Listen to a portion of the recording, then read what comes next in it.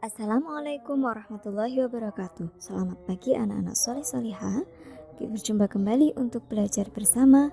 Pada hari ini kita akan belajar tentang interaksi antar negara-negara ASEAN. Tujuan pembelajaran kita kali ini yaitu nomor 1, menjelaskan makna kerjasama. 2, mengidentifikasi faktor pendorong dan penghambat kerjasama.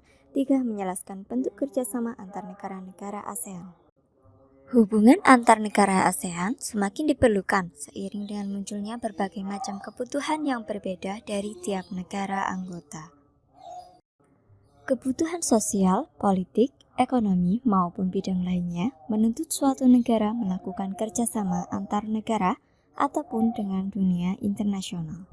Kerjasama adalah menjalin hubungan antara dua negara atau lebih demi mencapai suatu kesepakatan. 1. Kesamaan dan perbedaan sumber daya alam. Kesamaan sumber daya alam antar beberapa negara dapat mendorong terjadinya kerjasama. Contoh, beberapa negara penghasil minyak bumi membentuk suatu kerjasama yang diberi nama OPEC. Perbedaan sumber daya pangan di negara ASEAN juga melahirkan kerjasama. Contohnya, Indonesia mengimpor beras dari Myanmar dan Thailand untuk memenuhi kebutuhan dalam negeri. Kesamaan dan perbedaan wilayah. Karena kesamaan geografis, beberapa negara mengadakan kerjasama untuk menjaga stabilitas dan keamanan negara. Contohnya, negara yang terletak di wilayah Asia Tenggara membentuk kerjasama melalui organisasi ASEAN. Faktor apa saja yang menghambat kerjasama antar negara?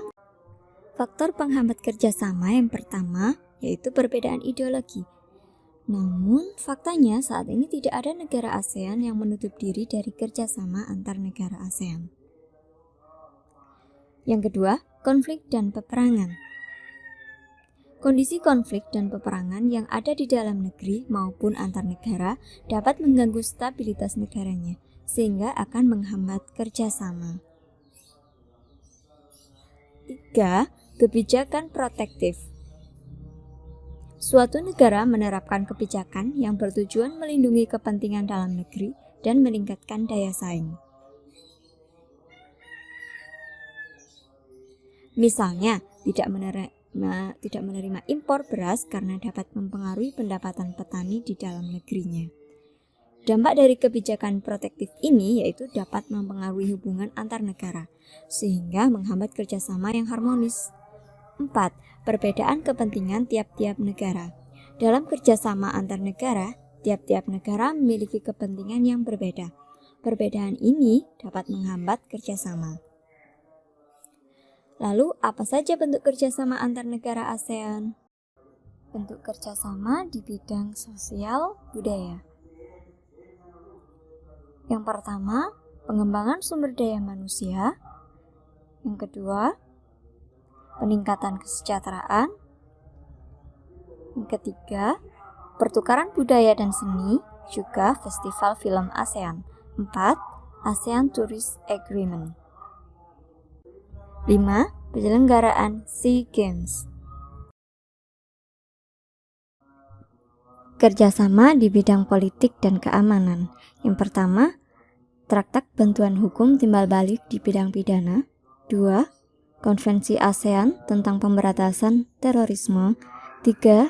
Penyelesaian sengketa Laut Cina Selatan. 4. Kerjasama di bidang hukum, bidang migrasi, dan kekonsuleran. Kerjasama di bidang pendidikan. Yang pertama, ASEAN Council of Teachers Convention di Sanur, Denpasar dengan tema ASEAN Community 2015. Teacher Professionals for Quality Education and Humanity. Yang kedua, beasiswa pendidikan. Contohnya seperti Indonesia memberikan beasiswa pendidikan kedokteran, bahasa, dan seni kepada pelajar negara anggota ASEAN. Yang ketiga, Olimpiade Taraf Regional Asia Tenggara. Contohnya, Pertamina menyelenggarakan Olimpiade Sains Nasional atau OSN tahun 2015. Itulah tadi pembahasan kita tentang interaksi antar negara ASEAN.